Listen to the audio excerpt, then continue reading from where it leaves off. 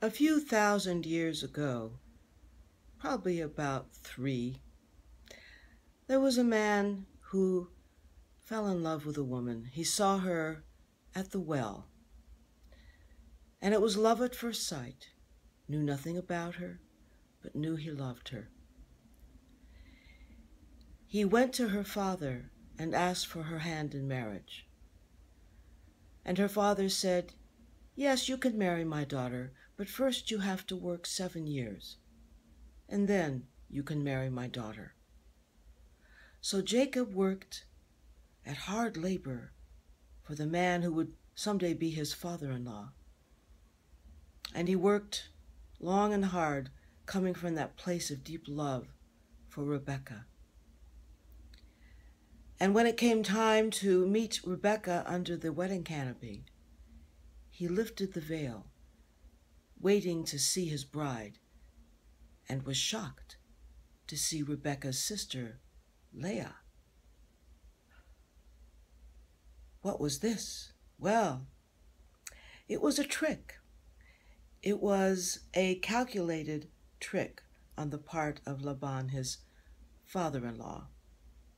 You see, the custom was that the eldest daughter had to be married first.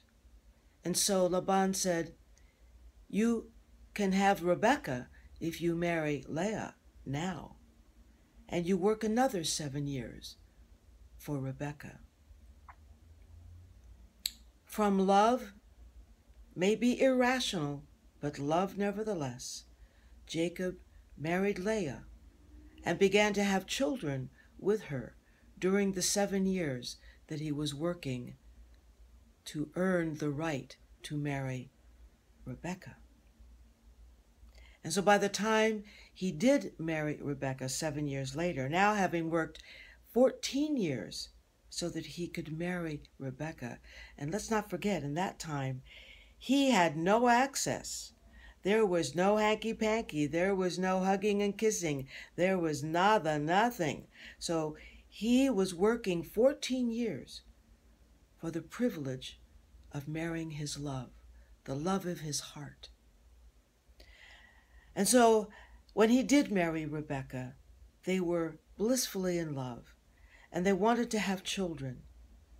And although Jacob was able to have lots of children with Leah, it was difficult for Rebekah to get pregnant. And they waited a very long time. And yet love prevailed. And in the waiting game, little Joseph was born to Jacob and Rebekah. These are the children of Israel. These are the part of our history of the children of Israel. And this all came from big love. What's your story of big love? Maybe you've heard a story in your family.